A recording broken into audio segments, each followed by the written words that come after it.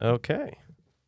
Well, since this is our first recording, could you do like a little introduction to for yourself and kind of explain, who you are and all that? Yeah, so I'm Paul Hill. I'm used to be Ben's boss, but now I'm a co-worker at Renaissance Fine Woodworking. Been a woodworker all my life. Um, I'm a musician. Been living in the Moscow, Pullman area for 21 years. Married to my high school sweetheart. Have a daughter and now a grandchild, and I'm fixing to retire. I'm like next week. That's awesome. Yeah. Yeah, so it's pretty funny because whenever we go to a job site or something, or even like when someone asks me what I do, and I tell them that I work at Renaissance, they're like, "Oh yeah, with Paul," and all them. Yeah. So you're pretty well known in the community. Yeah, Kind it's of been a cool. great ride, Pretty and cool. I think you know it's a pretty good company. Yeah, We do good work, and now it's going to be up to you to do good work. I know. Well, I try to do good work. You do. Well, you said that you wanted to talk a little bit about like a whole bunch of different stuff. Um, so there was music, cosmology, religion, the accuracy of scientific inquiry, saturated isolation of the news, stewardship and activism, a whole bunch of different stuff. So, Yeah, I was just where throwing would you like to start? I was just throwing stuff at the wall. It's been on my mind recently. The first on that list was the relative importance of taking care of your own doorstep as opposed to tackling world problems. Yeah. And I feel like taking care of your own doorstep is the best that you can do without sacrificing the rest of your life. And What do you mean? Like, why would you have to sacrifice the rest of your life? because to make an important difference on a larger scale, you have to dedicate yourself to it. And you have, not only that, you have to marshal resources beyond yourself. Right. And you dedicate your life to it. It's a wonderful thing. I'm glad people do it. But I'm not willing to give up the rest of my life For a cause or something. for a cause. Yeah, I mean, short of the takeover of the states by some foreign power or, some, or Right. somebody kidnapping my daughter, you bet. Well, sure. But So yeah. so work on your own house, basically get your own. Well, your own the phrase is, you sweep your own doorstep. That's not your house. That's that portion of the society at large that you directly influence. Okay. And so that's the people that you know, the town that you live in, or the area of the town, or the group of the town, the subset of residents. So it's like what you can immediately touch, basically. So the things that are Yeah. close to you, but also far enough away, but close enough where you can actually make an impact faster, maybe. So like your community, you can kind of make an impact a little bit faster than trying to do something overseas or something. You sure could. Yeah, I mean, it's easier to do something locally. I guess I'm not even looking to impact specifically unless there's a red hot button issue Right. that means something to me. I just want to make sure that I live my life and influence others in such a way as to live a clean and healthy, helpful, meaningful life. And meaning is a personal assignment. So I can only have meaning for myself. Well, I think like there's meaning for yourself because you can only feel the feelings that you feel, right? Uh-huh.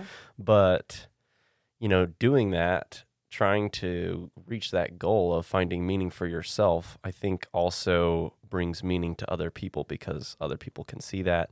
And so it's kind of like this, pebble in the pond, the ripple effect. So I think like working for yourself and making yourself, find that meaning in your life also affects other people and helps other people find other meaning. It absolutely does. Yeah. Yeah, if you live a right life, you will influence others to do that too. And right is totally subjective. I get that, but But I think doing the good, that's like I was talking to my friend a little while ago and we were saying something like, can you be a good person without trying, what's the word I used? I guess working like specifically trying to do it. just Trying to do trying to good, do right. something, making an effort, right? So I don't know if you can be. I don't think you can be a bad person when you don't make an effort, but I don't think you can necessarily be a good person if you don't make an effort. Well, you might not be able to. Does that make sense? Yeah, it does. You wouldn't be able to use your capabilities to the fullest without trying. Yeah. Um, So I think the effort thing, when you make the effort to try to better yourself or better your community or whatever, then it compounds and then makes that ripple effect. yes. And that's basically just working for yourself. Trying to find meaning for yourself. But then just doing that, you're putting meaning everywhere else too. So you're kind of Yeah, killing two birds with one stone, even though you're not really trying to affect the community you are. Yeah, and I think you are. I mean, the thing that I was postulating or bringing up was not just to be selfish and do the thing that makes you a better person, but to pay attention to that small area of the world that you can influence. Writing a letter to your congressman, you can do that. That's fine, and that addresses a bigger issue. Mm-hmm. But to move to Washington and become a lobbyist, I'm not willing to do that. I could see taking on, in our case, in Pullman, the trails or some local issue that I can make a difference in. Right. That's my doorstep. And I feel like that's a better use of, for lack of a better word, a soul, an existence, a being. Well, I guess if should make a everyone difference. was doing that, then you wouldn't have to do like bigger picture stuff. If everyone was maybe, Maybe, yeah. I'm not really sure, but it's an idea, right? So if everyone picks up one piece of trash, you don't have to have a gigantic garbage company. That's right. I guess that's the analogy we're going with. No, that's a good one. Not everybody subscribes to the same Yeah. sheet of good. Yeah, that's also why, a lot of people want less government and other people want more government. It's the same kind of concept, right? A giant trash company or everyone picking up small pieces of garbage. Yeah, there's some crosstalk there. Yeah.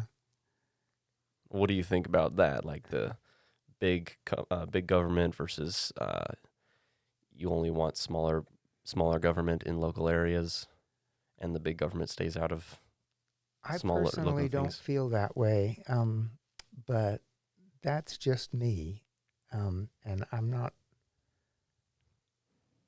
I really try and stay out of political arguments.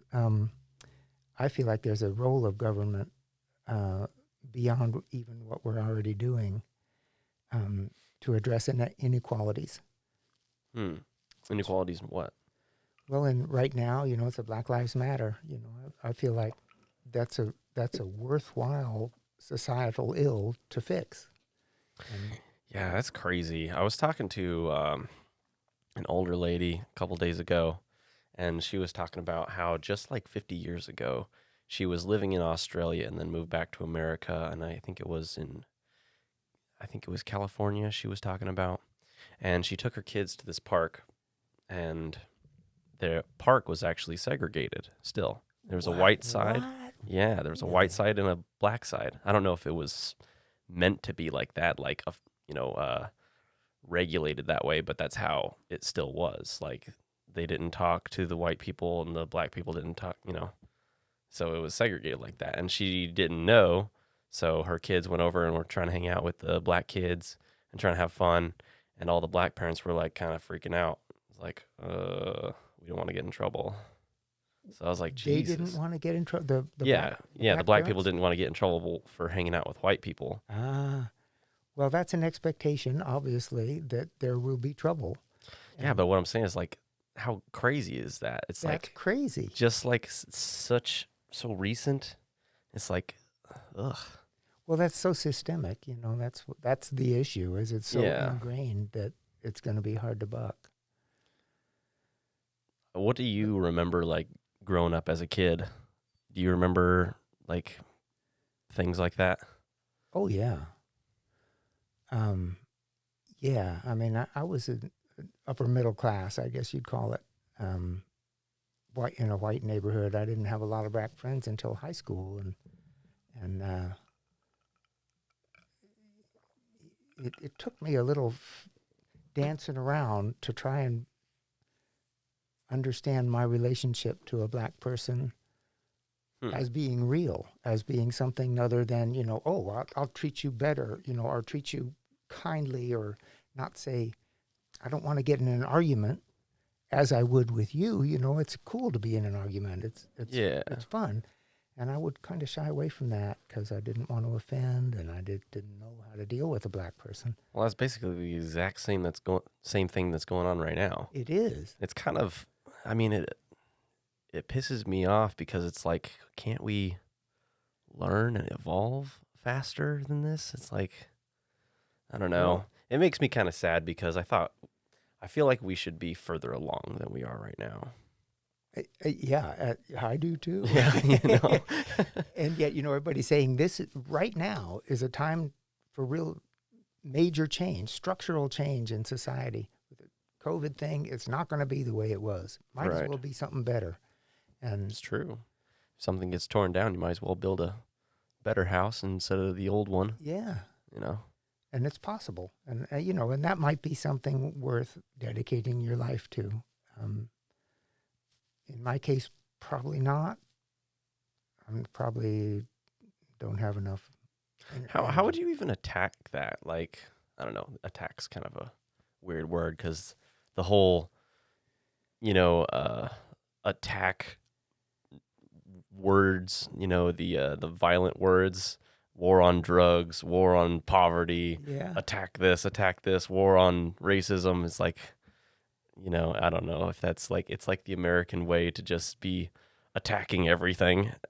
And I don't know if that's the proper way to word things because it makes like in the back of people's minds that we should be violent towards something if that thing starts to come up, and that's not the right way to handle things. It's kind of like the you know riots and stuff. If you think about like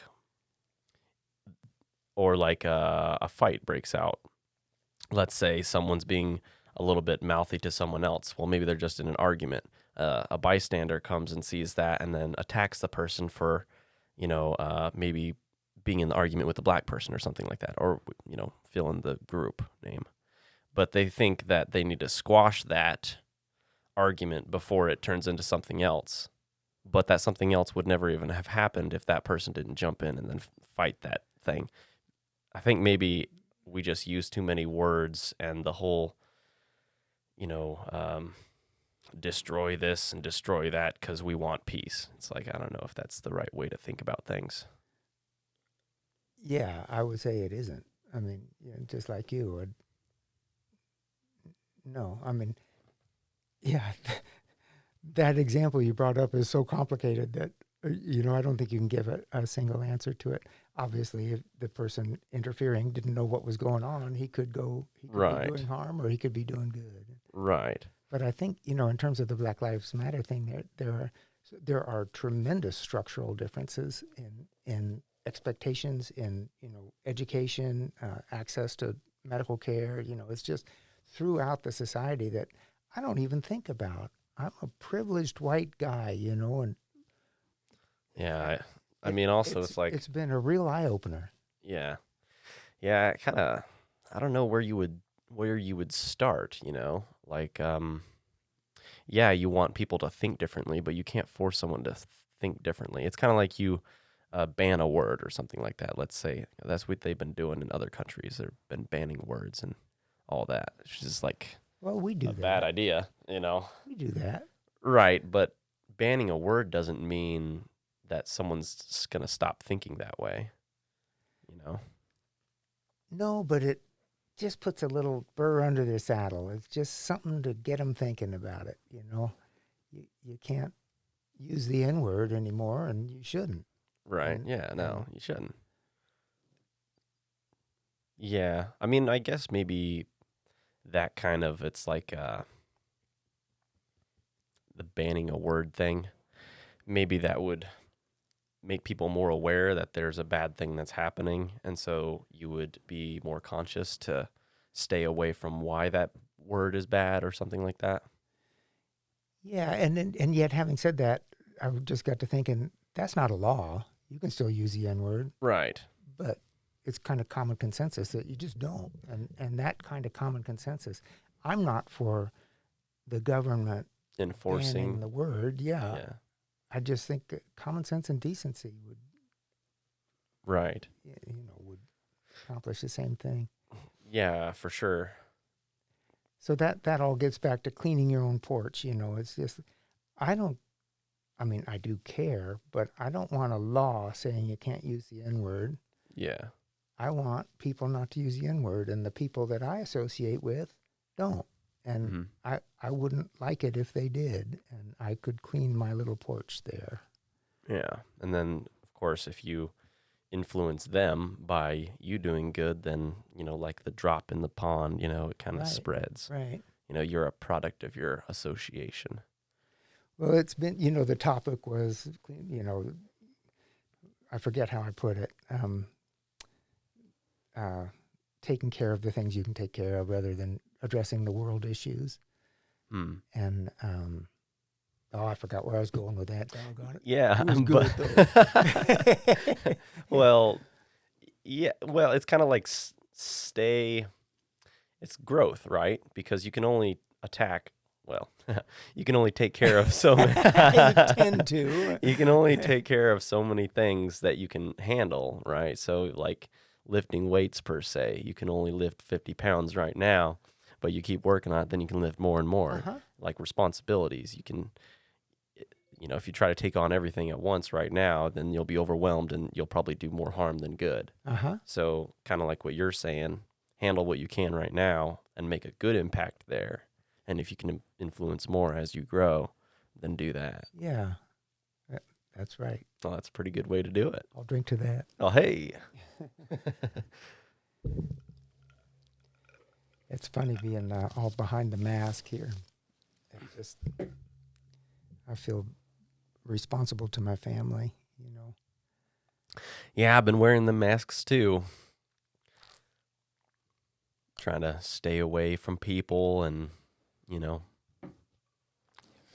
as much as possible. Being a social creature and all that, it's kind Yeah, of I know. weird. And let's not get into that one. All right. What about let's see. Cosmology, religion, and trying to grapple with things you can't understand. What do you mean, like Yeah. trying to grapple with things that you can't understand? What do you mean by that? So I don't think, even if cosmology is entirely correct, and I'm sure we're getting closer and closer to the real truth, but we don't know the real truth, the whole of the real truth. Yeah. I mean, It's just a staggering concept oh man, on yeah, a it's staggering crazy. scale, such that humans really cannot understand that. They can't- Perception, trying to perceive everything that is like Yeah. infinity and things like that. Yeah, I mean, just even distances or sizes or the energy. Yeah. It's so out of scale. So I went to the Grand Canyon, right? Uh-huh. And it was kind of like that. It was so big, it looks fake. Yeah. Got there, I was like, this looks like a painting. It's crazy. And then also, I'm like looking down and I see the river all the way down there, this tiny little stream. And I was like, okay, that's probably not a very big river. And then I saw like the trails that lead all the way down to the very bottom. I'm like, okay. So it looks like I'm going to have to go way over there, go all the way down. Okay, so I'm kind of mapping out my route. And then I see where the trail kind of splits off. One side goes up to this little plateau viewing point, and the other trail goes down in this little ravine where there's like some brush and stuff that you got to like walk through, and then it goes down. The trail disappears into this, crevice. And then I was looking at this crevice, and I was like, okay, so the crevice has got like all these bushes and stuff, and I was like, okay, that looks like it's only about, from here it's tiny, but it looks like it's probably only about maybe 25 feet wide, max. Pretty narrow at the widest point. And at the narrowest point, I was like, okay, that gets pretty small. It's like, I thought it was only a couple feet wide at the narrowest point where it got down there. And then there's like some brush, and it looked like I would have to like get down there and like weave my way through all this brush and try to shimmy my way all the way down. And it didn't even look like the trail even led that way. So I was like, okay, maybe I'll have to, make a trail basically. But when I got there, this crevice was about 50 feet wide, and the smallest point was about 30, and these small little brush that I thought were little shrubs were about 30-foot tall trees. I was like, oh my God. I was way off. Yeah. Yeah, the Grand Canyon is a good place to be odd. Yeah. It's really the scope of time, and I guess it's time. Weird, right? Really weird. It's incomprehensible. Yeah. And so, therefore, you came away a better person from having been there and wondered and marveled. And Yeah, and it's like you were saying, it's hard to perceive things that, like, just trying to imagine it. Like, we've never seen with our own eyes other galaxies. We have to use telescopes and pictures and things like that. So it's hard to actually perceive how far away they are, because, if we zoom in and everything, they're closer, because then we can see them. But then it's hard to imagine how very far and how big everything is and how small things can be, Yeah, I mean, how far away is New York City, and Yeah, and right? then how far away is the moon, and then, my God, Mars is way the heck out there. So weird. Talking about all those spacecraft now out beyond Neptune, and Would they say you can fit between, oh yeah, something like you can fit all the planets in between us and the moon, or us, oh yeah, is that right? Yeah, actually, I'm not sure. Or is it that us and the sun? Oh, for sure, us and the sun. For Yeah, sure, us I and the bet sun it's were us and the alone. moon.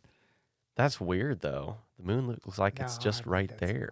Yeah, I don't know. I don't know about that. But I read a book when I was first studying cosmology or learning the stars. They gave a great example. If the Earth was, if the sun was a ping pong ball, Mm-hmm. the Earth would be a pinprick 7 feet away. Wow. A pinprick 7 feet away, and then Sirius, which is the biggest star in the neighborhood, it's Right. like the seventh closest star. It's very close to us. Right. Would be 1,400 miles away. Oh my God. 1,400 and we're talking. I mean, 1,400. How far away is 1,400 it's like miles? well, when I was in So Colorado, it 1,400 was Nashville, Tennessee. Jesus. 1,400 1,400 miles. miles is like San Francisco San Francisco, right? from us, probably. Yeah, San Francisco. I feel like it's farther than that. could be. It's a long way, and you can see that with your naked eye. It's just staggering, and that's the closest big star. You can see it? Yeah, yeah. That's it's the closest bright. big It's a bright star in the sky. Right. What's the North Star? Polaris. What is it? Like, does it have a name, or is it just the North Star? It's called Polaris, Oh.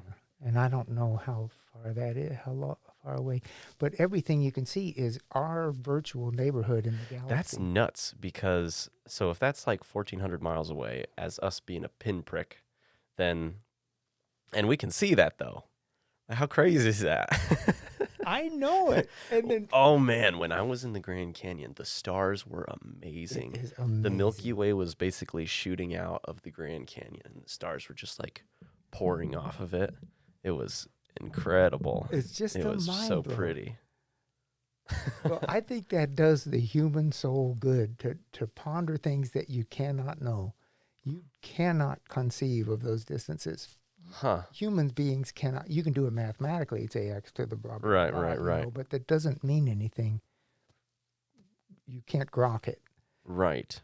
and And that's good for your brain. is what you're saying. Yeah, good For for your your soul. brain, good for your humility, good for your sense of wonder and of Humility for sure, because then you're just like, wow, this yeah. is crazy. What am I? You ever there's this thing called the Mandelbrot Zoom, I think is what it is, or Mandelbrot Zoom, something like that. But anyways, it's like this crazy like kaleidoscope type of thing, but as you're watching it, it's on YouTube, you should check it out.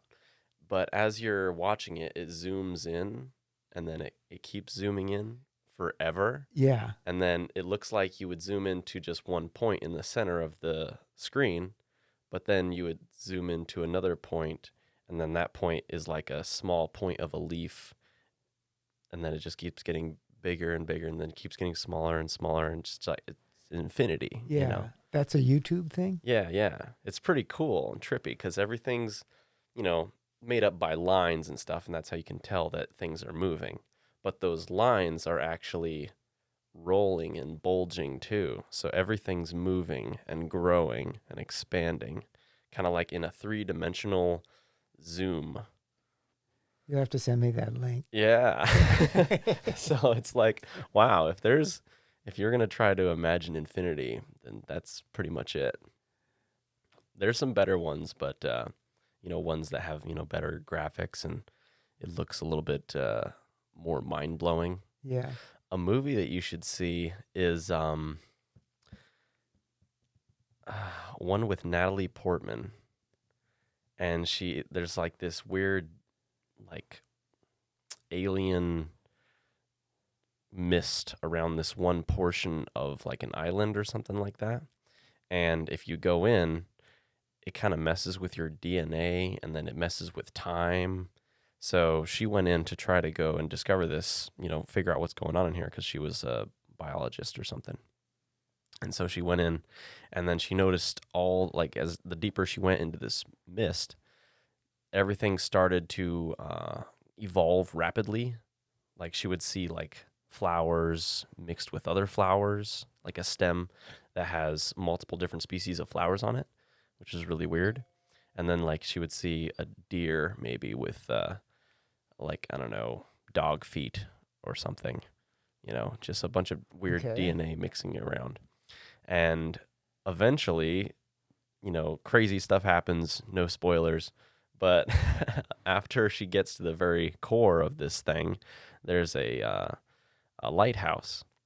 And the trees there are made out of crystals instead of wood. So there's trees around the lighthouse, but they're made out of like shining crystals instead. So everything's sort of weirdly manipulated. And then she finally goes into the lighthouse, and then she sees like this I don't know, this like energy or something. And this energy slowly starts to evolve in this weird kaleidoscope type thing that I'm kind of describing. It's kind of like she looks into it, and the sound effects that they play on the movie while you're watching it, it really draws you in. It kind of like it feels like you're in a trance watching this thing. So it's like you're watching this thing move, and it's like a giant cloud, but this cloud is all kinds of different colors, and then it pulls itself in, and then kind of comes into a singularity point, and then kind of disappears into like a black hole type of thing. And she's just staring off into this thing. So she's like staring into like an infinite amount of energy that goes on for infinity. And it's got like crazy sound effects, and it's pretty nuts. That's crazy. Yeah. Yeah. Yeah. No, so that's pretty cool. That's one way, I guess, to think about the vastness that we can't comprehend. Yeah. Yeah. So in coming up with these ideas for this talk, I was thinking, well, there's a lot of similarity between that kind of wonder, incomprehensible wonder, and the incomprehensible wonder of religion, and what is God, and you can't know. I asked my sister. She's a pretty good artist. Actually, she's really good. And then my brother, he's pretty good too. And I wanted two perspectives of paintings from them. I asked them to paint what is the, like I said, paint me or draw me everything, something that captures everything that is good in the entire, like, that you can ever think of. Okay. And just draw one thing. Just, it could be a full page, but just one page. So, but everything, something that could capture everything that is good, the essence, the very essence of good. Okay. So they haven't gotten back to me yet, but I'm kind of curious on what they would draw. And I think that that's What kind of would like you what draw? religion is, right? So if you were going to try to capture that, and artists back in the day they were so good. They captured those things, like demons, drawing a demon. Uh-huh. You're trying to capture the essence of evil, of bad, and then you try to capture the essence of good, And people have the ability to do both. So you would draw in the image of a man, probably. So an angel or a demon. I think that's what they would come up with. So, but we'll see. Your My brother and siblings? sister. I think even if you never even heard of religion, I think that's what you would draw. Maybe. Just Yeah, something maybe. kind I of a guess what's distorted human and then the perfect human that you could think of. I guess what sprung to my mind when you proposed that was light. Light? Yeah, I would draw Yeah, what would you draw? a well of light emitting. I don't know. Kind of like that thing I sort of described, this cloud of light moving, but it sort of expels light instead Yeah. of pulls light in. Yeah, that's what. That'd be kind of cool. And I would think the opposite for evil. A dark cone. So that would be a crazy art project. So the front, which is all good, is Yeah. expelling light. Yeah. And then you just turn around, walk around to the backside of it, and then it's pulling in all light. Yeah. Uh. And you do that in such a way that you could see the dichotomy. You could see the two sides of the single issue. Right. Yeah. That'd be pretty yeah. trippy. But would people know that that's good and bad? Well, that's a great thing about art. You don't But know. but like when you look at those old paintings in the churches and things like that, gorgeous art, even like sculptures and things like that. There's a lot of time put into those things. It's Yeah. crazy. Like I watch people even nowadays, make stone sculptures, and it's like they have all the modern tools so they can just drill holes and then use pressurized chisels. But that still takes a long time. Yeah. And then those guys had to do everything by hand. It's like, oh my God. Yeah. It's They had crazy. slaves to do it. That too. Well, I mean, maybe the heavy lifting part, but the fine tuning, it's like you're not Yeah. going to trust a slave to mess up your expensive rock. Yeah. But I think those people, when you look at it, you know that those things are bad, right? Yeah, the evil because they're things, drawn- and then they're you drawn. know that those other good things, the angels or whatever, that that's probably a good thing, easily without trying to interpret it too much.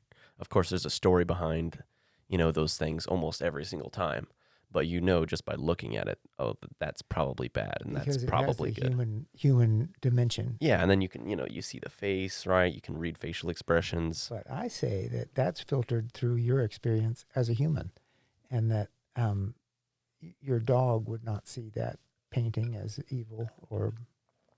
I think if you have like a facial expression, it would be able to know that the facial expression is a dangerous facial expression, something that could Right. aggressive, Would it- wants to fight, wants to eat, wants to kill. It's like you can look at your dog and just, and it kind of knows you're mad. Because it knows you. Yeah. Yeah. But I guess what I'm getting at is it's still you're putting that within the human dimension, and human dimension is You're making this Pretty- too complicated. You Well, want to we're go. talking about You want to go truth. without even being a human. Well, then, yeah, I would agree with your art project. that would be the best way to do it, because light, that produces life, without, well, as far as we know, I guess. Yeah. And you can't have there's- anything that can perceive good without life. So if you don't have life, you can't perceive the thing was actually good or bad. Well, So that's our understanding now. I feel like we're at the stage in human evolution where we've been like this, and the curve steepens. And we're right about here steepens to what? with the knowledge, with the true knowledge of what the universe is, what DNA and all these things that we're learning just recently. Yeah, isn't that weird? But I feel like it's going to take off, and Just we're going to know stuff. The human mind, the things we don't know, it's like we don't know anything. We're starting to, Yeah, we know so little, I should say. so little.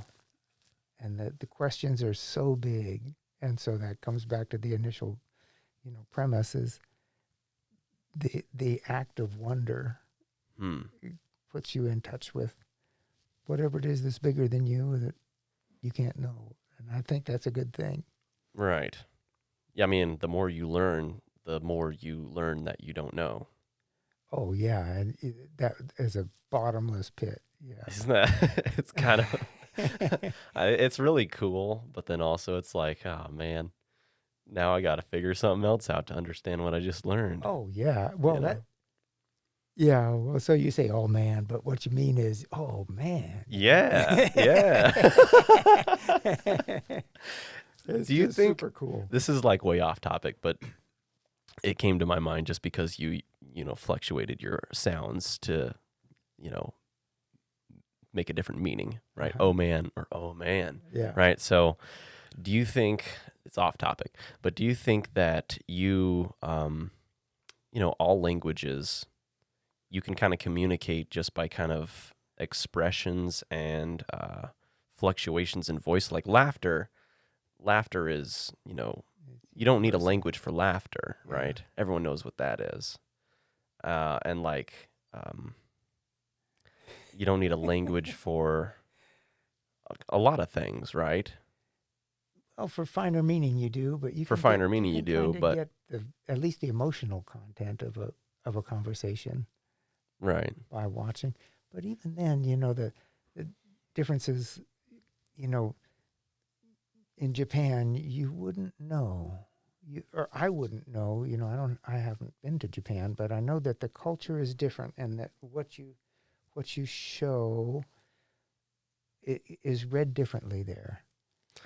Do you think I think as long as you have a calm face, then you're going to be more likely to be okay in other places. You will be okay, yeah. Yeah. People are generous. Yeah, so like a smile, right? That's kind of known all across. Like everyone knows what a smile is. Uh-huh. It's not a language. It's kind of like laughing, right? So you can kind of better communicate as long as you know the proper gestures, I guess, maybe. Yeah. For rudimentary Yeah. intent and emotional content, I think you probably can. Well, it's a little tangent there. But words help. Words are so cool. I was listening to this song and I was just thinking like, man, oh man. Like the ability to sing is crazy. Just kind of like you're expressing feelings which can't be seen, touched, or felt by anyone else. They're just in your head. Yeah. But you can put feelings into vibrations, and then people can feel those feelings as well. It's really that's Crazy. Phenomenal. And it's even better. Like, I think it's really cool when you can sing a song without using words, just like, almost like, that's like almost what opera is, right? Sometimes it seems it seems that way. I know they speak, what is it, mostly Latin, right? No, it'd be Italian. Italian. I mean, there's English operas. There's Right. French. But there was this artist I was listening to, and he doesn't use language. He just kind of makes sounds that don't really necessarily mean anything, but you can still, for some reason, capture feelings Yeah. through it. Do you And I remember think who that's, that was? huh? Do you remember who that was? Um, Bobby no, Mc- I Bobby don't. McFerrin. Huh? Bobby McFerrin. I don't know. What does he look like? Um, well, he's tall. He's a black guy. He's really good looking and kind of what's the word? The type of person who moves easily through the world. Huh. He's Charismatic. He's charismatic without being full of himself. Hmm, He that's cool. just oozes confidence and love, and it's really cool. You should And- send me him, Yeah, and all I'll right. send you the other All right. other yeah. thing. That's really cool. No, but this guy, he was like he looked like, I don't know, he was a white guy, but then he looked kind of a little Italian-ish. I don't know, but he was singing, and he would kind of make animal sounds. It sounded like he Yeah. was in a jungle, and then he would also like do some whispers, but the whispers weren't words. It sounded like a language, but Yeah, a language you could never understand. that's cool. Yeah, so he was like kind of this opera, and then you'd be like whispering really quietly, like trying to convey some sort of message, and then you would hear like birds chirping. And he was doing all this with his mouth. And it's like, it was amazing. Everyone was just like, oh my God, what is Yeah, happening Yeah, right now? and It was, he brought you on an emotional journey, which he directed, yeah, but you made up. it was incredible. It's really cool. Yeah, because that I made up because it's interpretive, right? Right. So I interpreted all these crazy things, but he sort of led me down this path, and then I followed, and then I kind of looked at everything along the way, Yeah. which was really cool. Yeah, that's a great It was pretty problem, awesome.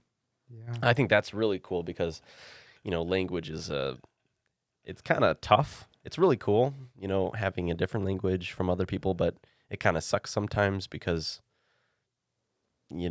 people get confused, and, then there's, confusion isn't always good. You mean if they even speaking the same language? No, speaking different languages. Yes. Yeah, so I think when you can convey something without using language, like that song, everyone could interpret it However, almost the same way, but it's always going to be a little different. But everyone's going to feel something from that thing, Yeah. and he didn't have to use a certain language. Everyone could, all over the world, could listen to it and enjoy it, Yeah. which is, I think that's really cool when someone can do that. Well, that's art.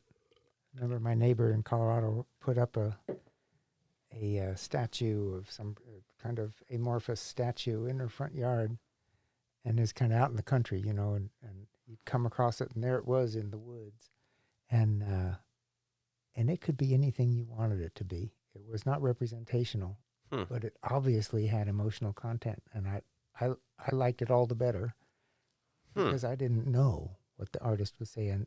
It just elicited from me whatever it was that I saw at that time, and it would be different on different days. Do you think it has to? It doesn't matter like what it really looks like, but if somebody puts their energy and effort into it, it kind of forms into something that means something. Like if you put a lot of, care into the thing that you're making.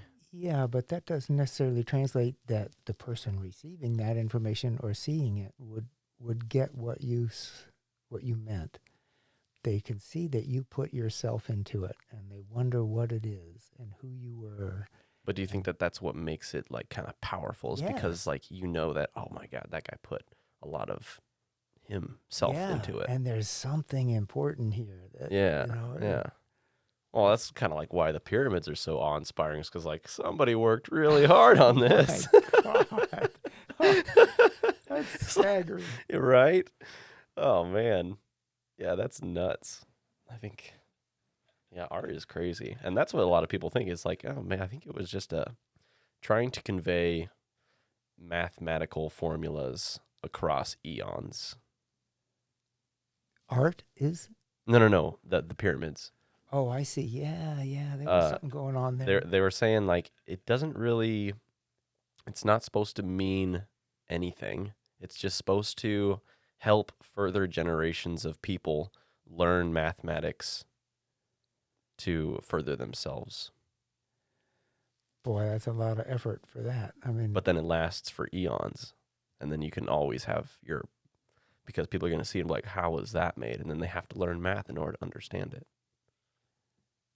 yeah, you could do that a whole lot easier. Yeah, I guess so. That's pretty crazy. I mean, I probably wouldn't do it. If I had a ton of money and could hire a whole bunch of people, I probably would, but I wouldn't be out there. Yeah, that's more than money. Yeah, that's a whole lot of slavery right there.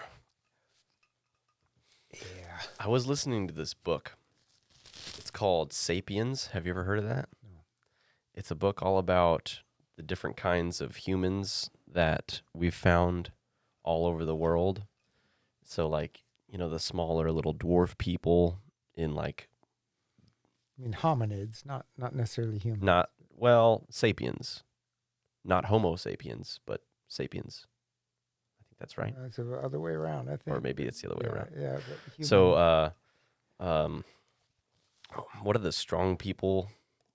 Neanderthals. Mhm.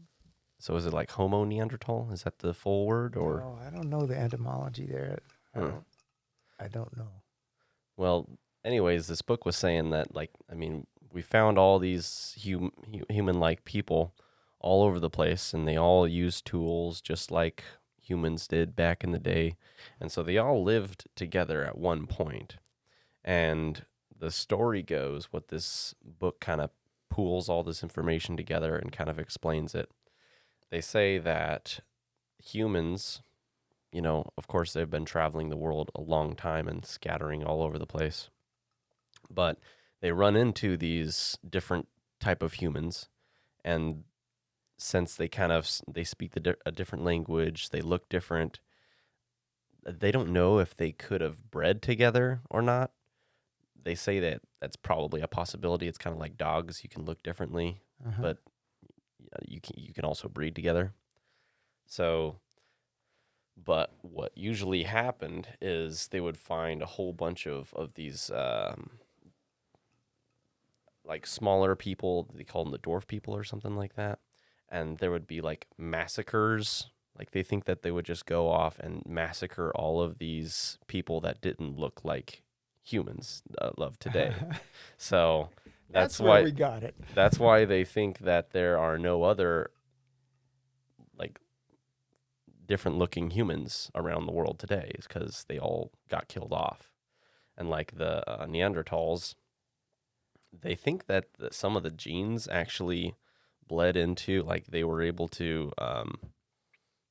you know, have offspring with Neanderthals and then humans, like the Yeah. genes could cross. But they say that there's only like, I don't know, 0.5% or something like that, something tiny. It's like barely any of the Neanderthal genes still exists. So like maybe some of them were mating, but then the others died because, I mean, it's kind of like why we fight wars today. It's like you look different, so we're going to kill you. That's basically what it is. Oh, yeah. And so that's why there's no other humans around.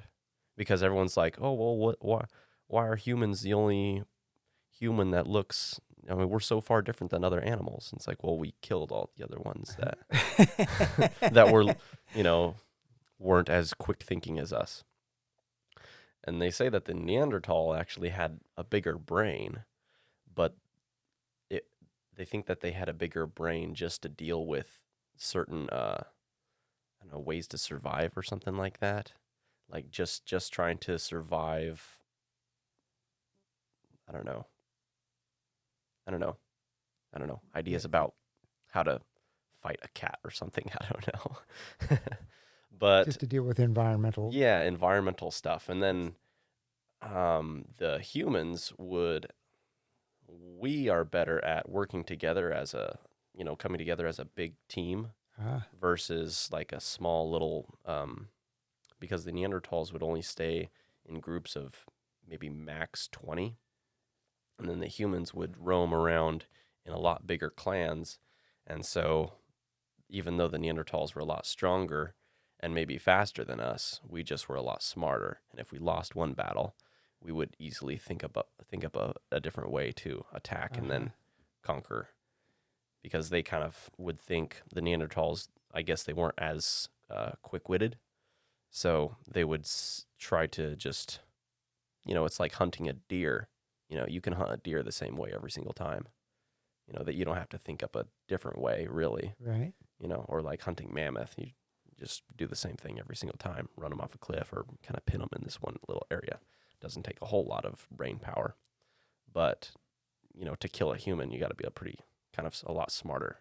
And the humans of today, and I guess even back then, were quick-witted enough to just outsmart everybody else in the planet. And eventually, that's what they say, they all killed them off. And here we are. And here we are, the descendants of conquering genocidal maniacs. That explains it. There's a lot of violence in the past and even today. At least we live in today and not thousands of years ago. Yeah. Yeah. I've been thinking about, are things better now than they were 200 years ago or 1,000 years ago? What do you mean? Well, I don't know what things were like 1,000 years ago, but that'd be the Dark Ages, and society was pretty stagnant. Well, I guess it depends on where you exist at the time. Yeah, well, certainly if you were a lord, you were better off than if you were the serf. But then also, like, if you lived in the middle of nowhere and you were able to, hunt, and there was a lot more animals back then, so you could probably survive off in the woods somewhere. But if you were a peasant, kind of trapped, kind of like a factory worker is today, you'd be pretty bad off, getting all kinds of weird diseases in those crowded, and yet feces-infested streets. Yeah, it's hard to argue that things were better then, really, than they are now. But relatively speaking, those guys didn't know, they didn't have computers, and they didn't know mathematics. They didn't know that there was a whole world out there. They lived their life within the world that they knew, and as do we. Right. And so, experientially, would it have been that much better? It's certainly a harder physical life, but that's what they expected. That's what they knew. Yeah. Yeah. The Sapiens book also talks about like how, we've invented things to help solve problems, but then by doing that, we've also kind of caused a little bit more problems in a way. So you think? Yeah. So like, we have email, and that's a lot better than sending a letter, taking the time, all this time, waiting months, maybe years to even get a letter back.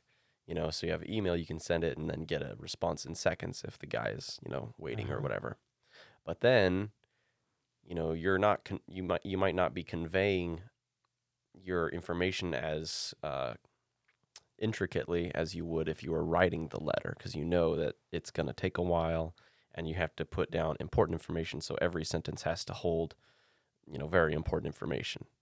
And so an email, you're going to be bombarded by a lot more emails. So now you were trying to save time by making an email, but now you're getting bombarded by even a multitude of emails. So now your time is even taken up even more versus saving your time. Yeah. That's just like one example, but of course there's like, we have nuclear bombs, for Christ's sake. That's a big problem. Not so far. Well, I guess that's not true, but yeah, Jesus. Potential problem. Yeah, it's kind of crazy. Oh boy. One of my friends said, he's not the brightest apple in the bunch, but he was like, everybody should have a nuclear weapon. That way nobody would want to have nuclear war.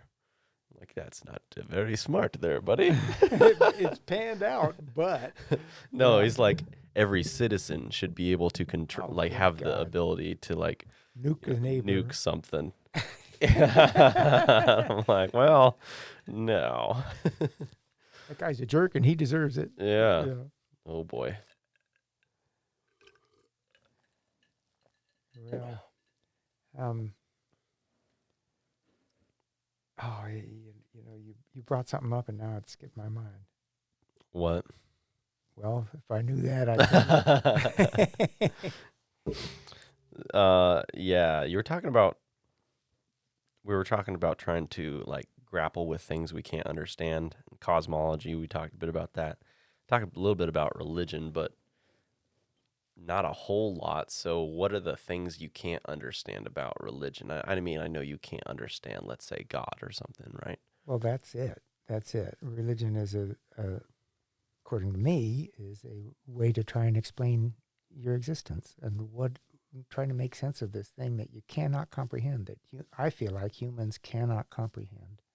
We're incapable. We don't have the mental capacity. The vastness of everything. You know, how much intelligence is out there, and what does it look in terms of, you know, tremendous factors, more what's the word, exponentially more than we can comprehend. You know, there's just vast forces out there that have been around forever and have grown into, you know, things that we just don't know. We just don't know. We don't even know we don't know. They're way beyond our comprehension. And, you know, you get some of that looking at the stars or you know, the Grand Canyon. The Grand Canyon's so tiny, though. Yeah, but in it's relation so to big, that. it makes you aghast. You know? Yeah. Wow. What is? I think all this the Grand Canyon's amazing because you can see it. Like, you can't see how far away the stars are, but you can see how big the Grand Canyon is. And I think that's why it's pretty nuts. Because it's like you can't see how far away New York is from here. Right. We're in Washington, by the way. Oh yeah. Hi, Mom. Yeah, so but you can kind of see how big the Grand Canyon is. You know, I think that's what makes it like feel so crazy, you know. Yeah, and well, the bigness, the scale is one thing, but for me, looking at the Grand Canyon, it's time. Yeah. How much time is that? And just sand grain by sand grain, you know, just that wearing Yeah. away. Yeah. I was looking at pictures of those like big rocks that got weathered away into arches. Uh-huh. Where is that? Is that in Colorado or something? Canyonlands or Arches National Park in Yeah, Utah, yeah. mostly. Utah, Yeah. right? I think that's amazing because how long did that take? Right? Yeah. That looks like something you would see in like a movie about dinosaurs and stuff. You know, these crazy rock formations. Yeah, they were probably there. Yeah. Or a different set of them, but Jeez. I was down the Grand Canyon. I boated the Grand Canyon Oh, cool. a few times, and the last time we were camped next to a group who was down there studying. It was a Bible group, and they were down there studying the biblical geology. How do you explain this canyon in biblical terms? And obviously, it was the Great Flood, and you know it happened very recently, as you and I would understand it. And I just thought, you know, that's such a stretch for me. That's such a stretch. No, it didn't happen like that. This took millions of years. You know, it's not a single flood. You can tell by looking. Yeah, then also like not even the Grand Canyon, but just looking at a topographical map.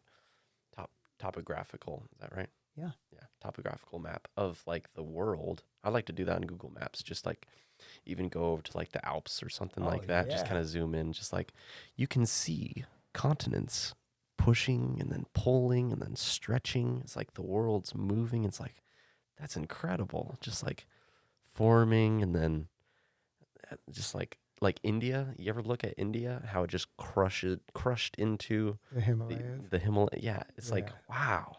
It's like a little boat just. Yeah. And it's like, holy cow, What that's kind of amazing. forces are those? Yeah, God. it's incredible. Yeah, that's really amazing to me, just looking at things like that. But then, of course, it's like, those are so small, you know? Like other planets and things are so big and so, it's like everything's so, kind of, it's hard to comprehend, like you're saying, it's hard to wrap your brain around all this, Yeah. you know. You can't know on a human scale. You just have to know intellectually. Yeah, and that's pretty impressive. I think it's amazing that we can even do that, you know, It is. Yeah. That's comprehend right. things like that. It's like even trying to comprehend things like that. Where did that come from? There was like this fella, I forget his name. I'm terrible with names, but he had this thought. I don't know how much water it holds, but it was a cool idea. So he said, if you want to build a canoe, first you have to have the idea of making a boat or a canoe. And then that idea takes a hold of you and controls you like a zombie and then forces you to make that canoe. And then you make the canoe and then I did it. And so that idea kind of grabbed you, controlled you, Uh-huh. made your arms move and do this thing. So Yeah. I was like, whoa, that's trippy to think Interesting way to about. look at it. Yeah, it's like this podcast, right? I had the idea to make this thing, and then the idea kind of controlled me. And then I made it, and then it's done. And I was like, oh, wow. No, it's not. It's just starting. Well, making it, right? Or like setting it up. Uh-huh. Yeah. Yeah, it is just starting. Yeah. But ideas like that, I kind of wrote a little paper about ideas and how they can kind of take control of you and how it feels like an idea is alive, like it has an essence. It's a thing. You can't Uh-huh. see it or feel it or smell it, but the idea is alive, and the idea is kind of um, like a not a tumor, but I don't know, some kind of Little gremlin that yeah, latches onto you. something that gets in your mind and controls you, like a virus almost, right? And it can control you and then make you do the ideas because it wants to exist. So let's just say this was an idea, but this is what the idea looks like in mortal form. And the idea wanted to exist. So now I made it exist, and now it can be in mortal form. So every idea wants to be immortal, not immortal, but wants to be a mortal. Uh-huh. And so the idea has to grab onto something that can make it. And so if, Yeah. like the canoe was once an idea, and it wanted to live in the mortal world. So it needed to grab onto somebody in order for it to be made into existence, to be brought into existence. So that once it was brought into existence, now it can exist in the mortal world. Uh-huh. Yeah, I mean, I can see How's that. that? Yeah. It's a chicken and the egg, We're just here to do the bidding of, Of ideas. Yeah. And they keep getting more complex. Well, they have to, right? It's kind of like once you do something, you got to do something else because you can't do the same thing. It's like sitting in this chair. I can't re-sit in this chair after I'm already sitting in this chair. Well, you have probably sat in that chair before. Right. But now I have to do things while sitting in the chair because I can't re-sit in the chair. I have to sit in this chair and now I can talk, or now I can breathe or anything.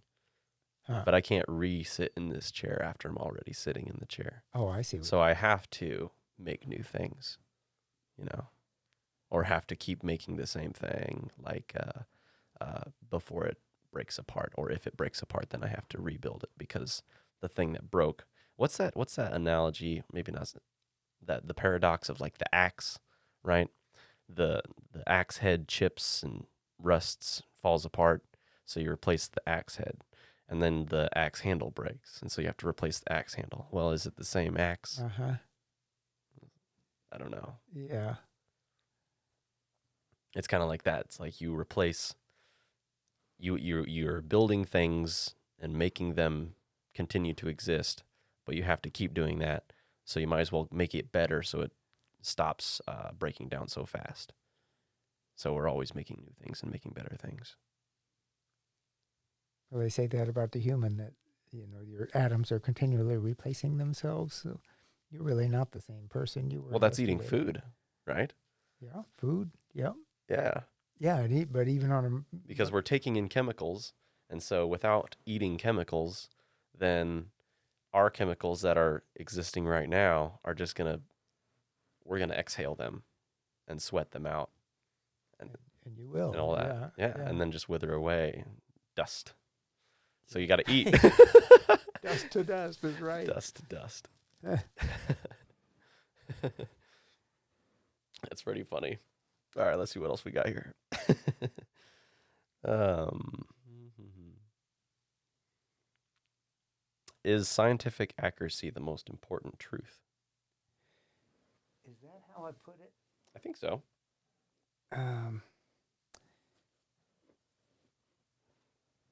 There was more to that question than that. Let me see if I can look that up here.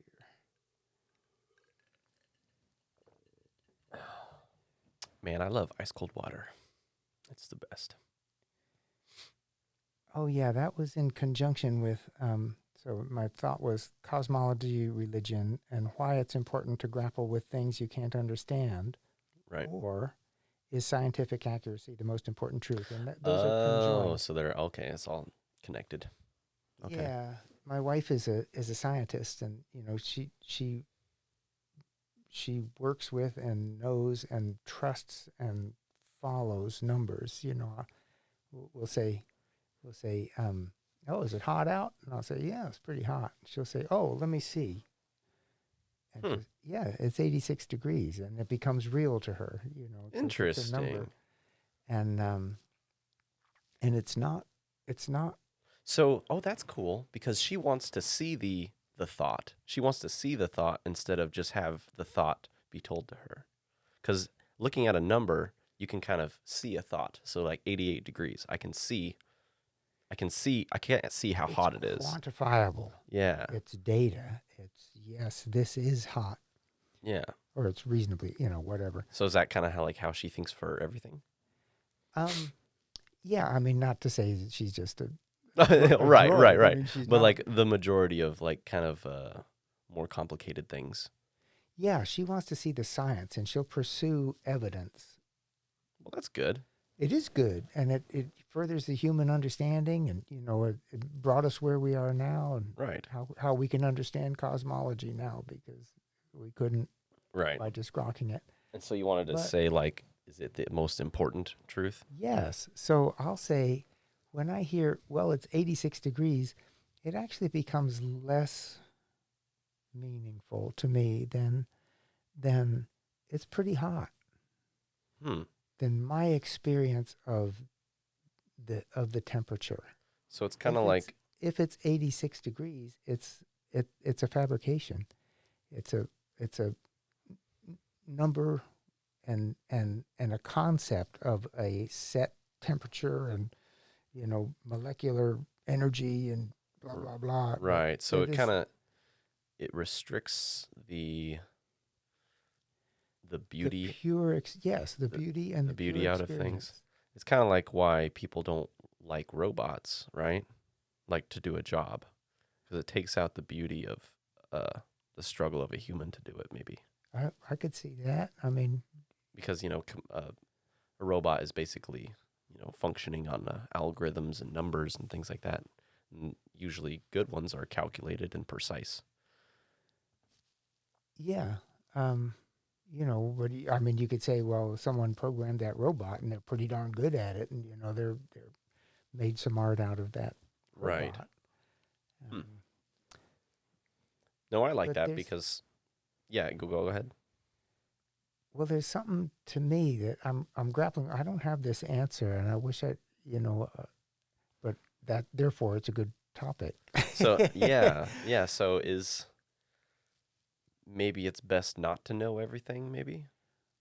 Well, So if I could explain everything to you, the entire universe, everything, human brain, everything, but it's going to be exact and scientific and one by one, step by step, and kind of by the number, and then everything's just a mathematical formula at that point.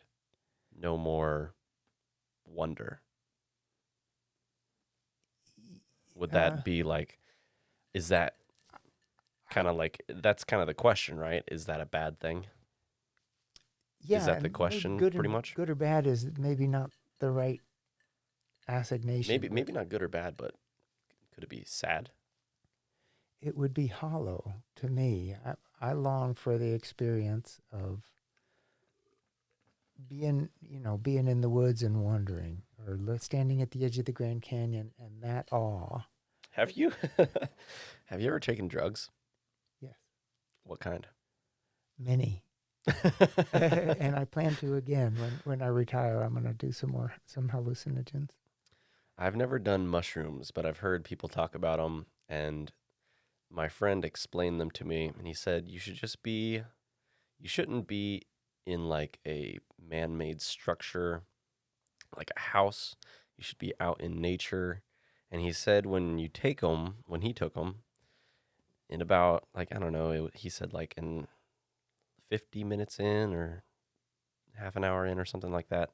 That's kind of like the peak, and then you kind of see all. That's why you should be outside because he said you can see all life, the grass. You understand that that is life, the trees, everything. Your life is kind of connected with all of this, even the dirt. It's like where life sort of comes from and goes. Everything's like this moving, flowing life form that you're all connected to. I was Right. like, wow, that's really beautiful. I was like, that's It incredible. it's mind not I don't want to say mind blowing. That's not the right word. It makes you a part. You see that you're a part of the web of life, just like you're saying.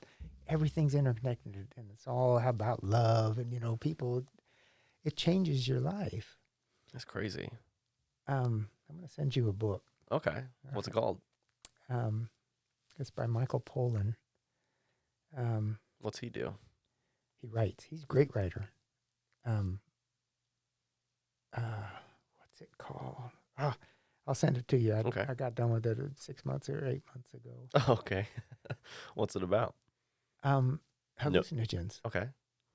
Is it like talking about what they're like or like how they Well, work he or did what? some trips and he explains it, but he looks into the legality and the history of it, and it's actually a tremendously effective drug for certain things. For PTSD, for That's what I've been hearing. I've heard a lot of good stuff about depression, psychedelics. suicidal Yeah. tendencies. It just makes you understand this interconnected thing in a wonderful way. Even I've heard like all kinds of good stuff about it helping with addiction. Yes. Like certain psychedelics help, like they took it once and then like, well, I understand basically everything why this is a bad thing. Like it's not going to be hard for me to stop, and then they just stop immediately. Yeah.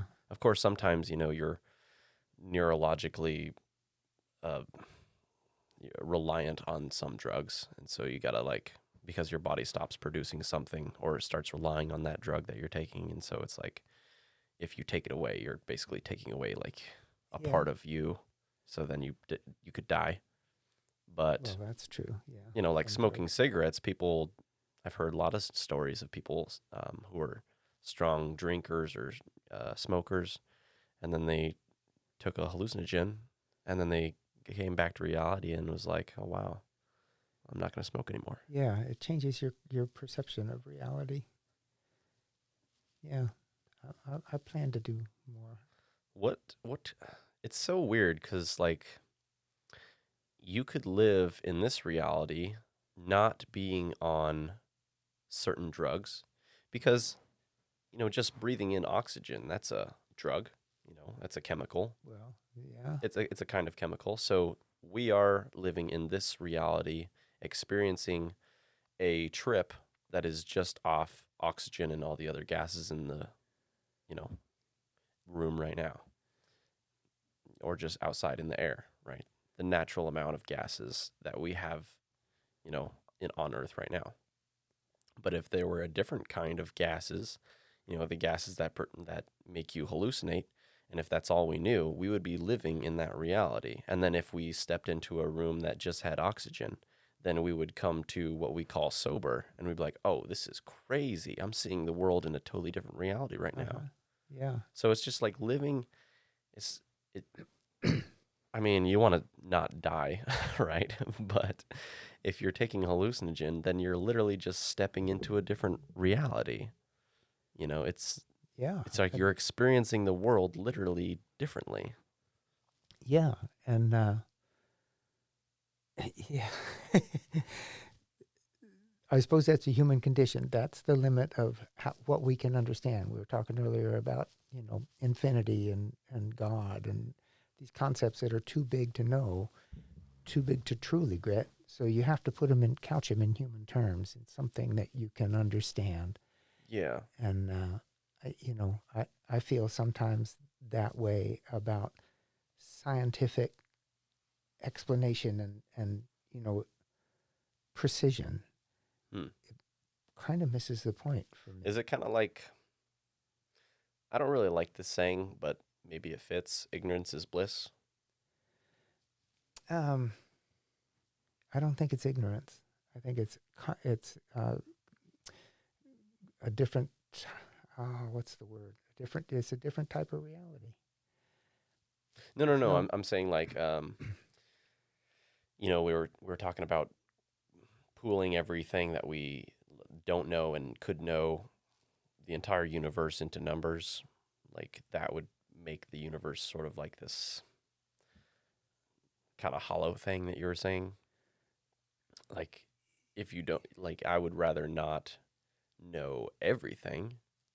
I want something to learn, something to Yes. kind of shoot for, right? And I think we'll never, like you said, never know everything, because once you learn something, then more things appear. I think there's like a I think there's a story about that, like an old Oh, biblical story or many. something, yeah. Yeah. Like Yeah. once you see something, more things will appear or whatever. Yeah. Oh, they're just tremendous, huge concepts. And who's to say what's the right way to look at them? For me, my wife is a phenomenal being, um, and I think she has a spiritual side too that she separates from her scientific side, but Hmm. she lives in the scientific world. She's there to further understanding, to further human What knowledge. I think it's cool because we can, humans can have this wonder about them. It's basically like a religious wonder. The things that are infinity, the things you don't understand, the different realities that exist. And then you step into like your scientific mind, and then you try to understand those things. So it's like, try to understand the things you don't know, the things you can't understand. And that's kind of fun, because like you can't, well, you try to Yeah, understand those things. standing at the lip of the Grand Canyon. Yeah, like, how do you calculate that? Yeah, Yeah, how do you put that into numbers? yeah. Well, I wish I could say I had it all figured out, but it's just that I love the feeling of wonder, of not being able to know. Yeah, no, I think it's pretty amazing. It's crazy. It's an incredible world. I think it Incredible. makes it even more powerful because, while we are trying to understand, or while we are being awe inspired, we know how crazy it is to even exist in that time and place, to be awe-inspired and to be, someone that has the capacity to think this way, to be awe-inspired, like I was saying. Pretty special. Yeah. Yeah. So it's like seeing the things that can be awe-inspiring, but then also being something that can be awe-inspired. Yeah, good way to put it. Yeah. Drop the mic.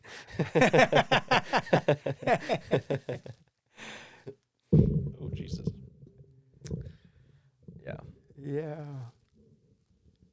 Well, I'm glad they were big questions, and I'm also glad that we're making progress toward actually knowing. Yeah, for sure. I think that's pretty awesome. I mean, I think we've come so far, but what I'm worried about is slipping back into, for like losing everything that we've accomplished, like we're trying to be better people right now, Black Lives Matter and all that, right? We're trying to be better humans. We're trying to move forward. We haven't had major wars for a while now, which thank God.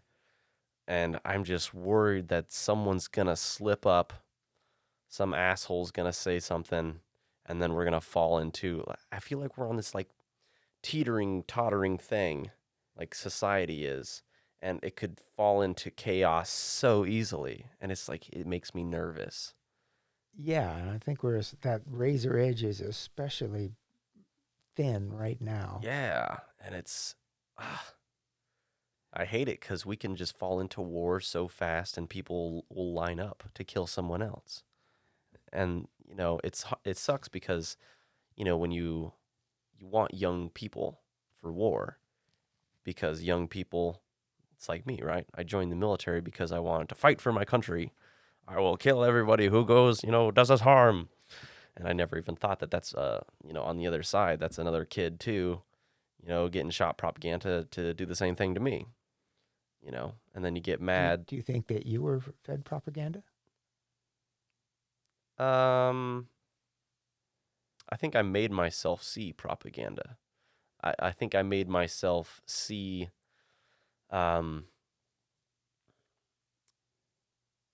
see the world in more like a black and white sort of way, like good guys versus bad guys. We're good, they're bad.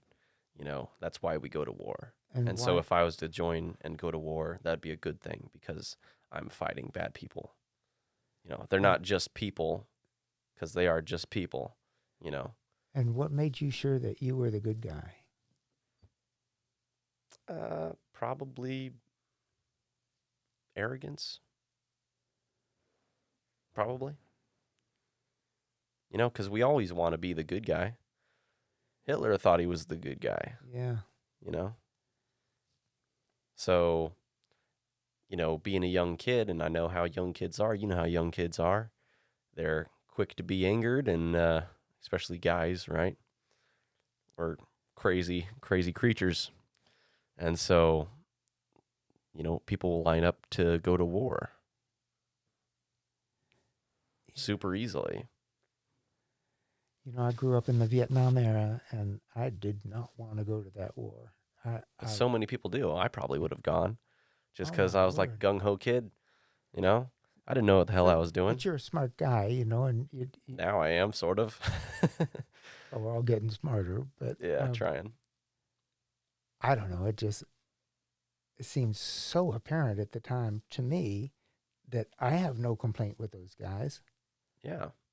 They're just, I have no complaint with communism. If they want to be communist, let them be communist, Mm-hmm. It's not up to me to rule their lives. And it was so obvious.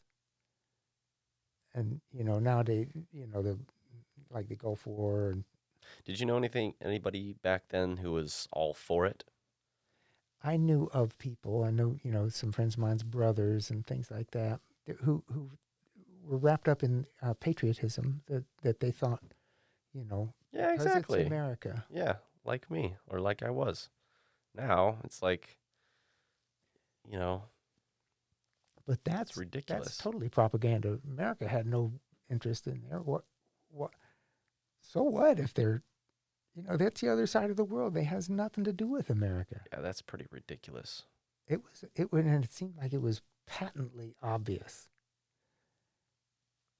But, you know, Yeah.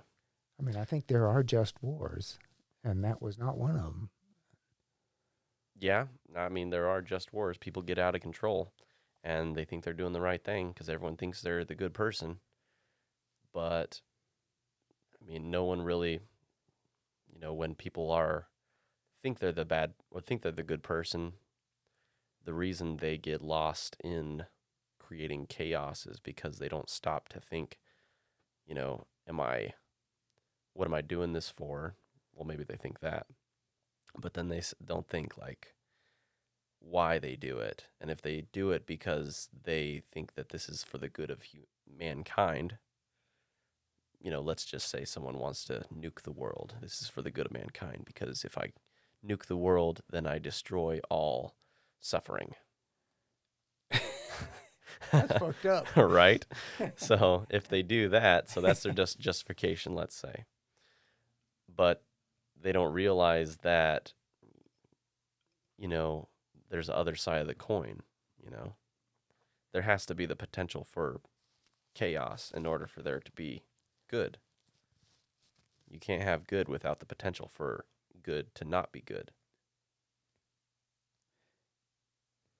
I suppose. Yeah. And so they want to create good by creating chaos, but you have to have the good. Like you have to know that things will always have the potential to dissolve into chaos, but they don't have to. But good and bad, or good is not the opposite of chaos. No. The prevention of chaos is the opposite of chaos. Maybe. Order, Order. Well, yeah, and that's Hitler, right? Things were so organized over Hitler, there. It's us. I mean, Yeah, us. Yeah. That's Well, Americans are kind of they don't want to be told what to do, and I think that's a pretty good thing. Like it's pretty, a lot of Americans are arrogant and stubborn, and there's a lot of dumb people too. But I think that might be a pretty good thing that we actually have taught ourselves to not want to follow orders because we won't fall into one boat, to yeah. just be compliant with the government or whatever, I think we're maybe that's a good thing. more able or more apt to follow not orders but suggestions than we think we are. I think people are pretty good in especially in the media about planting ideas and cultivating people's responses. The thing that comes to my mind usually is communism. Mm-hmm. That's this is red flag word, or Yeah. socialism or something. Or so, Yeah. so what? It's Yeah. just a system of governance or a system of being, and it's Well, not evil. It might not be good. I mean, it might not be productive. It might not be as efficient. my brother's all against the socialism and capitalism. I mean, he's getting pretty deep into politics and stuff right now. So, I guess he thinks it's the worst thing ever because more power is in the government's hands, and the government can do, basically whatever they want because they have everything. They have. So supposing the government wanted to educate everybody, wanted to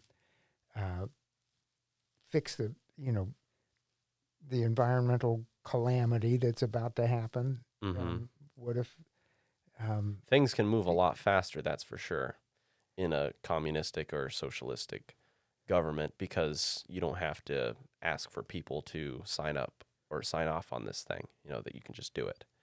So I guess that's a plus. But then again, the bad thing is, not allowing people to choose. So freedom of choice, it's kind of taken away, or at least it could be. Yeah. Choose. You could just make up laws for whatever you would like. No more. I don't know. You can't wear jeans. Can't wear red. You know. Yeah. Yeah. Yeah. Or Yeah. fill in the blank. Right. Like I think. I mean, there's a whole slew of things that are wrong with North Korea, but I guess you can't wear jeans over there because that's an American pants. Oh. Yeah, and they don't want to wear things that represent America. So you can't wear jeans. And a whole bunch of other things. I think you can only have a couple different haircuts. Yeah. A couple different haircuts. Yeah. Really. Yeah. Yeah, it's pretty messed up over there. Well, I bet there are similar things here, and I'm trying to think what, Over here? Yeah, I mean, you couldn't wear. Interesting. Well, you- no one says you can't wear a swastika, but people do. I mean, that's a... Yeah.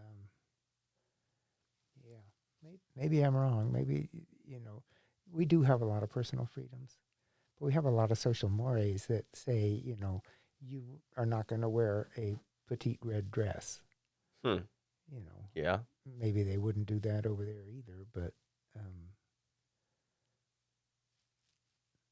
People do, though. you could. Yeah, people do. Yeah. So, I mean, there's quite a bit of freedom. What I don't like is, like, when people push things onto young kids because they don't know anything, really. I mean, kids are pretty smart, but they're easily manipulated. Oh, yeah. Like, super easy. So, I don't like it when, like when I was a young kid, like 15, that's when I was starting to get really patriotic and gung-ho and whatnot.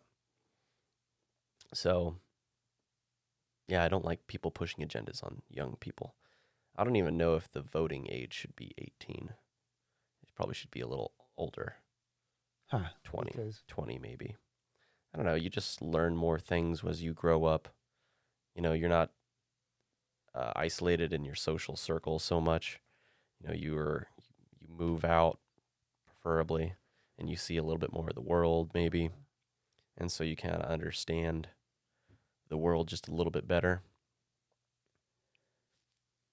And then you're not so apt to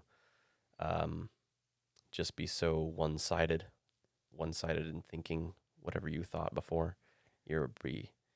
Hopefully, I mean, my thought is hopefully you would be more open-minded. The more you see, the more you are open-minded. Right. That's true. Yeah, I feel like it should be a requirement that Americans travel abroad. Yeah, that'd be cool. 2 years of paid vacation. Well, if I was king. If I was king, here, boys, we will go to war. Yeah. Yeah, I think we. What would you do, actually? Let's say you held the torch. Wow. You held the torch, and whatever you say goes, and it'll last that way. Well, and if I could wave the wand and make it happen, and so like high on my list would be universal education, as far as a person wants to go, for free. And I realize in real life you can't do that, or you can't do it all like that because it's so wildly expensive, and someone's got to pay, and how would you figure that out? Maybe there's a way. But if I was king, I would do that.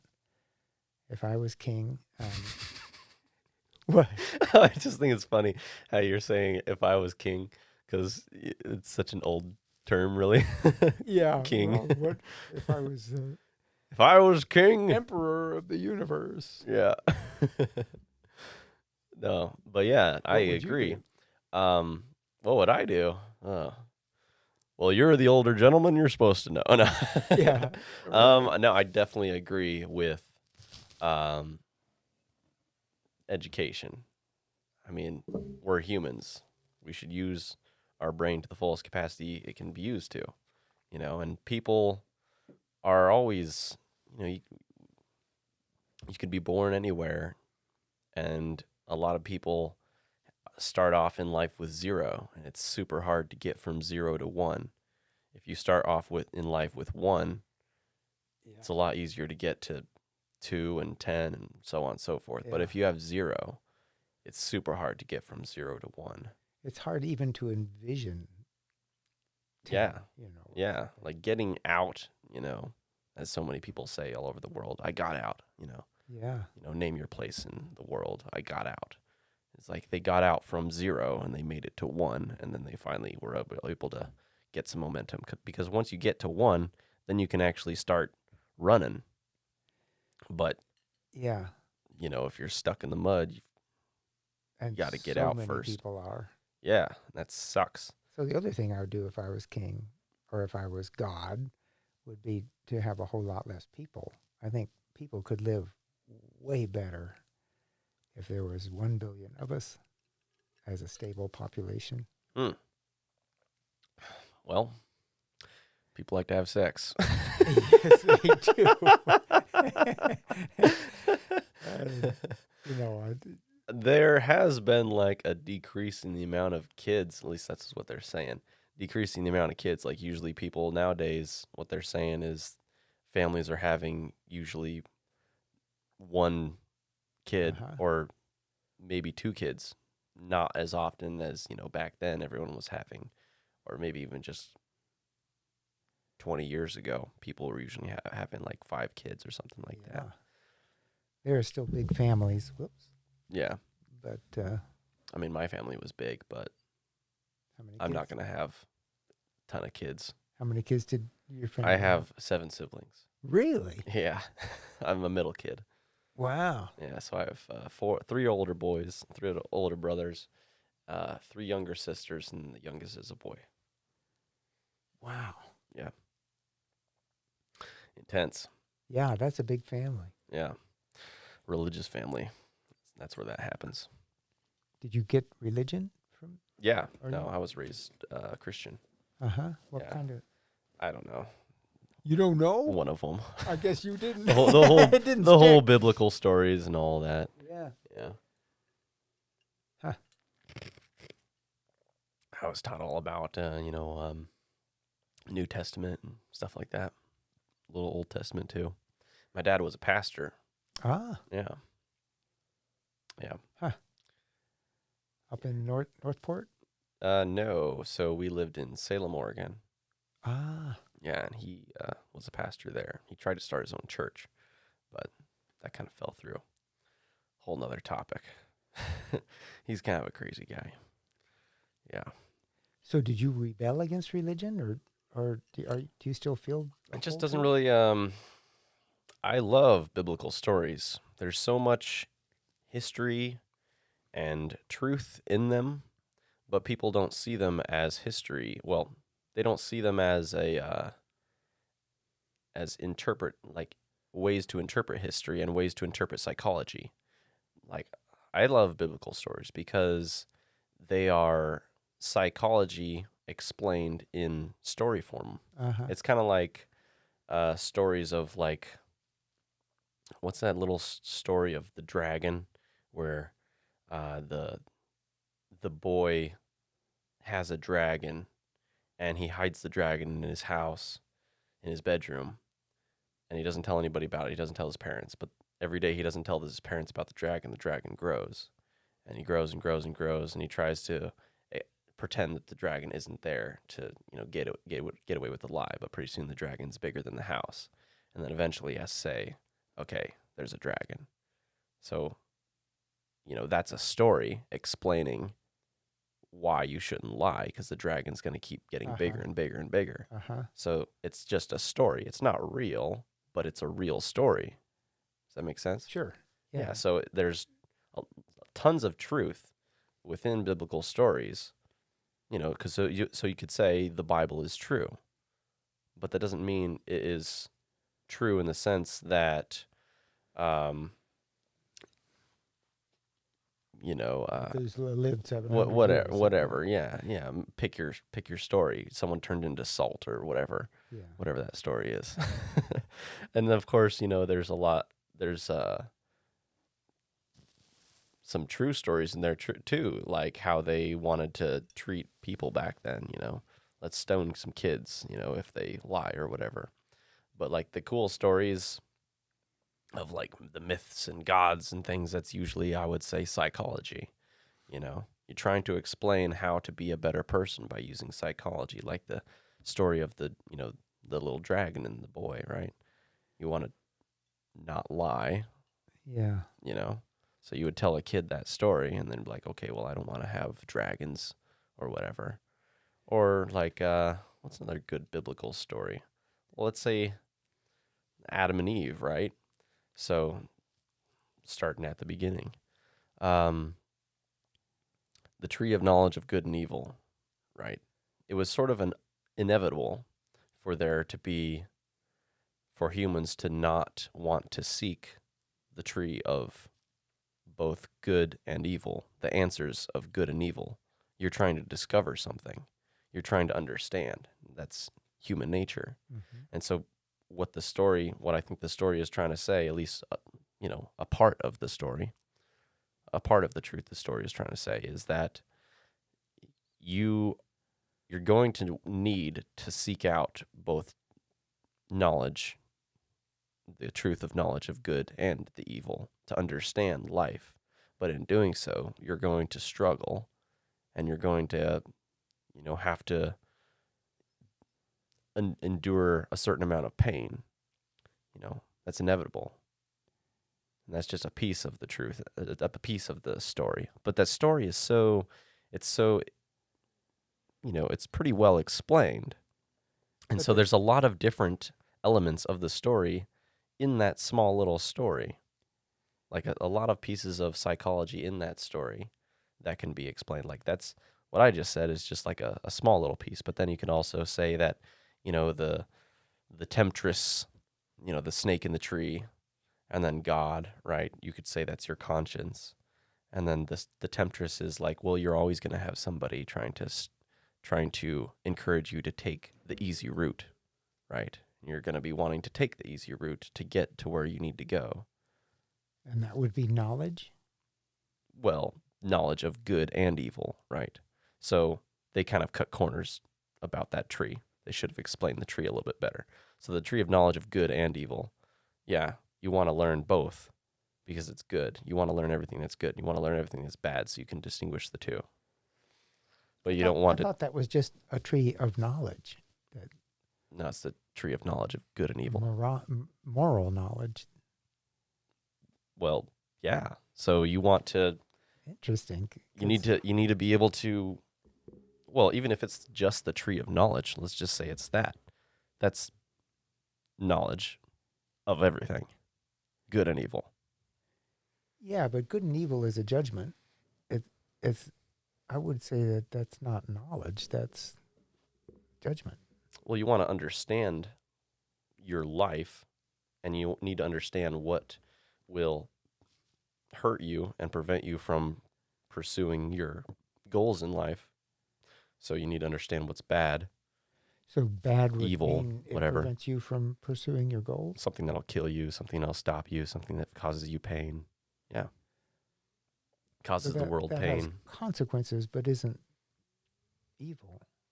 People say it's evil. People say Hitler's evil. Yeah. I mean, I agree that Hitler's evil, but I can see that that's a construct. Right. That's But if you're if you're just a force, you make it your mission to just be a force to destroy the things that exist.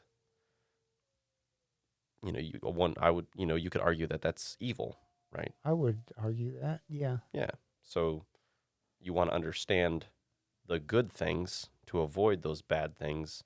So to seek out the tree of knowledge of good and evil, you have to do that in order for you to even live. So you need to seek the tree of knowledge of good and evil, but you shouldn't cut corners because then you won't understand it fully. You need to learn, you need to grow, you need to experience the things. You can't just I mean, you can read a book, yes, but you should also go see the Grand Canyon instead of just looking at a picture of it. So so then metaphorically, would seeing the Grand Canyon be a bite of the fruit? Well, not necessarily. So biting the fruit would be looking at a picture of the Grand Canyon. You should go see it yourself because it's cutting a corner, right? You weren't supposed to just cut the corner and then eat the fruit. You should you should learn because the tree is there, but that knowledge had to get there from somewhere. It got there from collecting all of the information from the entire universe. You shouldn't just go you should know that the information's there, and you do by seeing it, by looking at the tree. But you shouldn't just read the book. You should understand that the knowledge is there and see it. You look at the tree, and then go explore and seek the knowledge that gave the tree that knowledge. So let's say the tree is telling you that there is a Grand Canyon. And oh, that's amazing, right? But don't just eat the fruit and look at a picture of the Grand Canyon. You should know that the Grand Canyon's there by the tree existing because the fact that the tree exists says that the Grand Canyon exists. So you should go look at the Grand Canyon. And then that will enrich you further. It'll be a lot better than just eating the fruit, just looking at a picture. Well, I can't argue that. I don't see why just the knowledge of the Grand Canyon would be a bad thing. It's not a bad thing, and that's why the stories are like, I mean, gruesome stories, right? In the Bible. Yeah. But I think they were told that way to try to really get their point across on saying, hey, really don't do this. It's a waste of time. So don't just take someone's word for it. Go do it yourself. Uh-huh. So don't just take someone's word for it, experience it, live it. Did your dad explain that? Hell no. That I figured was that. Yeah. Yeah, so I would say there's a lot of truth in those old stories, but truth in a different light. And people take it as truth as if the stories were actually true, like the little boy and the dragon, like there was a real dragon. But no, that's not the point. You're missing the entire story. It's a parable. Yeah. Yeah. So if you think there's a real dragon, you're missing the entire point of the story. Yep. Yeah, it's like, what? No. And I think that telling a story like that, you can pack so much more information than just telling you it. Like I could talk about for days about the tree of knowledge of good and evil and how you're supposed to walk through life, the garden and all that. Or you could just write it down like a page long and then have it kind of mysterious in the way it was worded. And it doesn't have to be so long. Yeah. And it's more interesting. It's more a little bit more awe-inspiring, like you're saying. It's not just a calculated thing that's been spread apart and dissected. It's kind of like this, like the story of the dragon, right? It feels like it means something. It's alive, Well, I got to go back and read the Bible again. I guess I thought of Adam and Eve as of the tree of knowledge as the knowledge that you can do something other than proscripted by God, that you can make choices that are But why would you be punished for that? Well, I don't know. That's a good question about the biblical God. Very jealous God. Right. Yeah. Of course, getting translated, a lot of information is missed. Yeah, and would have been. It would have a different audience back then. Yeah. And I think people were simpler. Yeah. And usually those stories were told, they weren't written down. Like they were just told verbally and then written down later. I think the Greeks, this is years and years later. But the Greeks were afraid of writing things down too, because they thought that it would take away from the verbal storytelling, or like the early Greeks, anyways. I think that's right. Don't fact check me. Yeah, I'll go home and talk to my wife. Yeah. Well, we're about hitting our time. Guess we can wrap this thing up. Any last words for the No, but audience? it's been very enjoyable. Yeah, I'm sure we'll do this again sometime. You know, we do it all the time on the dock at lunch. Do. Pick the world apart. It's fun to record it, though. All right. Well, thanks for coming out and taking your time, Yeah. riding your bike all the way Thanks out for here. having me, man. All right. Good luck with this venture. Thank you. All right. All right. See you later, folks.